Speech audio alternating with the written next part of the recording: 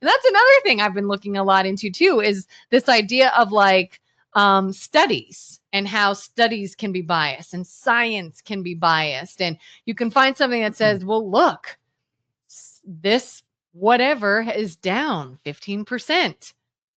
Okay, from this point, but do you know from there it was up and then came down 15%? So it's still higher than when it was on this point. You know, like there's so many different things. So how do you know? How do you know that you have good information? How do you know? I just heard recently we talk about everybody's all up in arms that RFK is supposedly changing. He's gonna change the way people look at vaccines, and he's gonna take drugs away from people. He's gonna blah blah blah. When to me, all he's saying is we just want quality data.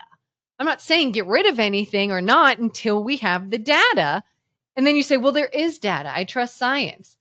But then, like Jillian Michaels, for example, shows, okay, here's where they tested a vaccine for, I don't know, hepatitis, whatever the heck it was, on 5 people. 5 people they watched for 3 days, something like that. They're good. Pass it.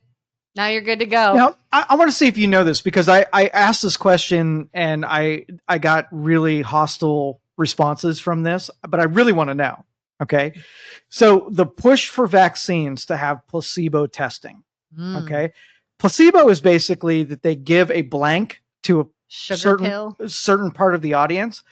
And so are you giving exposure to someone who has not been vaccinated, knowing that they're going to get a disease, get an infection, when they haven't been given the antidote or remedy to that disease?